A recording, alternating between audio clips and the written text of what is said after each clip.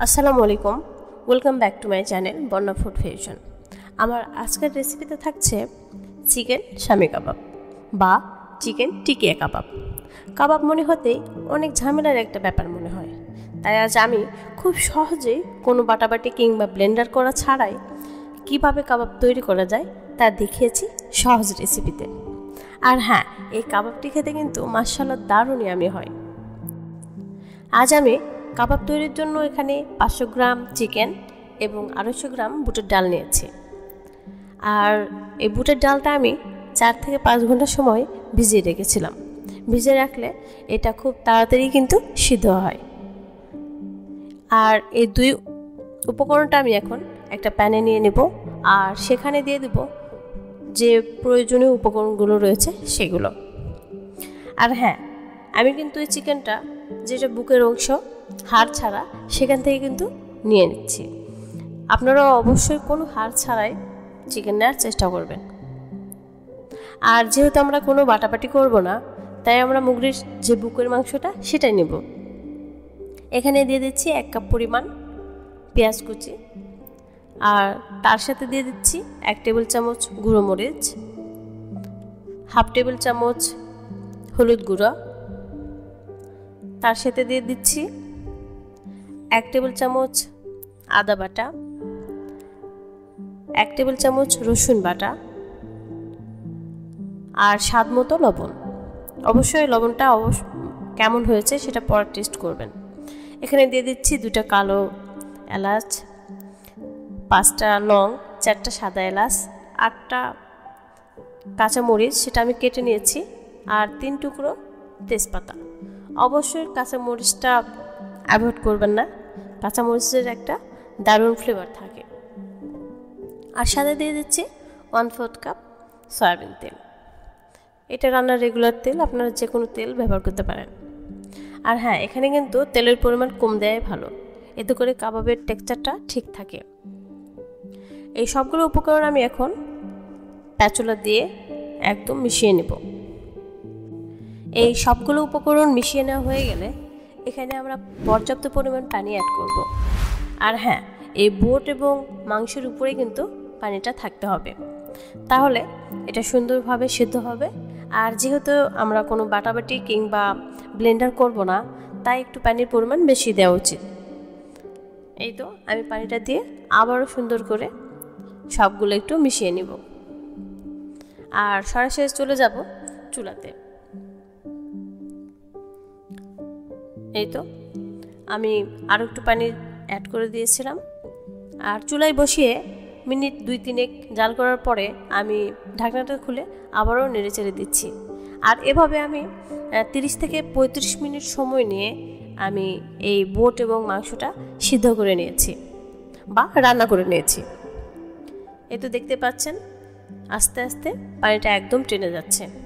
তখন আমি এই যে শুকনা মশলাগুলো রয়েছে সেই মশলাগুলো উঠিয়ে নেব। আর জানেনই তো, সাদা এলাচ কালো এলাচের যে বীজটা রয়েছে এটা দাঁতে পড়লে কিন্তু কোনো খাবারই ভালো লাগে না, তাই আমি সবগুলো শুকনো উপকরণ যে মশলাগুলো রয়েছে সেগুলো আস্তে আস্তে উঠিয়ে নেব।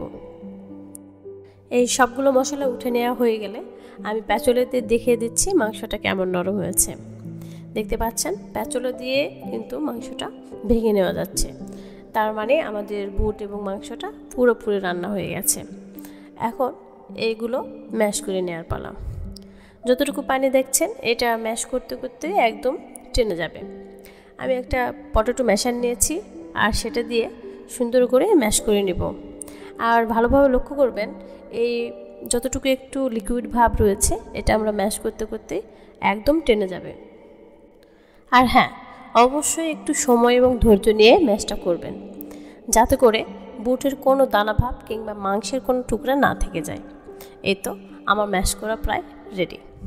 এখানে শুধুমাত্র আরও কিছুটা উপকরণ অ্যাড করে আমরা ডোটা তৈরি করে নেব এবং কাবাবের শেপ দিয়ে নেব। কিছু শুকনো উপকরণ অ্যাড করে ডোটা আমি মেখে নেব।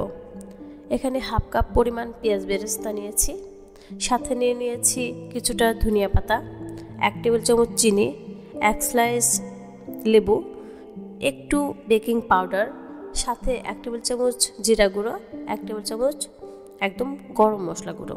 এই সবগুলো উপকরণ এখন আমি একসাথে দিয়ে দিব। আর এর সাথে আরও অ্যাড করছি 2টা ডিম। ডিমের পরিমাণ আপনারা বাড়িয়ে কিংবা কমিয়েও দিতে পারেন, তবে 2টা ডিমই এখানে পারফেক্ট। আমি যে পরিমাণ বুট এবং মাংস নিয়েছি, সেই লেবুর স্লাইসটা আমি রসটা এখানে দিয়ে দিব। আর এখন এখানে একটা টিপস অবশ্যই আপনারা লক্ষ্য রাখবেন, এই যে আমি ডোটা তৈরি করব এটা একদম চেপে চেপে মেখে নিতে হবে। অবশ্যই আলতো হাতে মাখাবেন না, একদম চেপে চেপে মাখাবেন। এতে করে কোনো প্রকার বাবল ক্রিয়েট হবে না, কিংবা যে শুকনো উপকরণগুলো আমি অ্যাড করলাম এতে করে কাবাবের গায়ে কোনো ফাটল সৃষ্টি হবে না। অবশ্যই কিন্তু চেপে চেপে মেখে নিতে হবে। আমি ডোটা একদম সুন্দর করে মেখে নিয়েছি। এখন শুধুমাত্র কাবাবের শেপ দেওয়ার পালা। এই কাবাবের শেপ দেওয়ার আগে আমি 10 থেকে 15 মিনিট এই ডোটা রেস্টে রেখে দেব।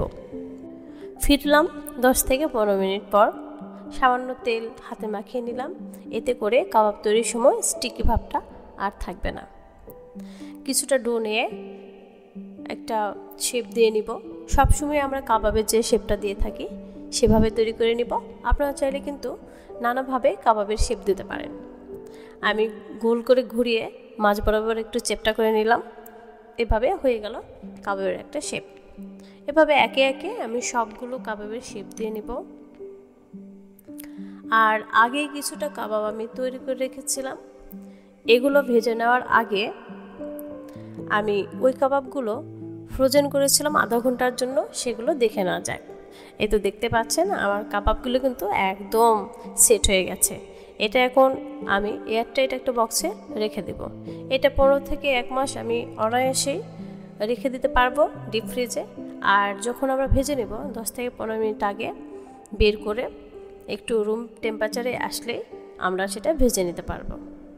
এখানে একটা গুরুত্বপূর্ণ টিপস থাকবে, সেটা হলো আপনারা যখন তেলে ভেজে নেবেন তেলটা একদম হাই হিটে গরম করে না নিয়ে তেলে কিন্তু কাবাব কিংবা রোল কোনোটা ছাড়বেন না, এতে করে কাবাবটা ভেঙে যাওয়ার সম্ভাবনা থাকবে।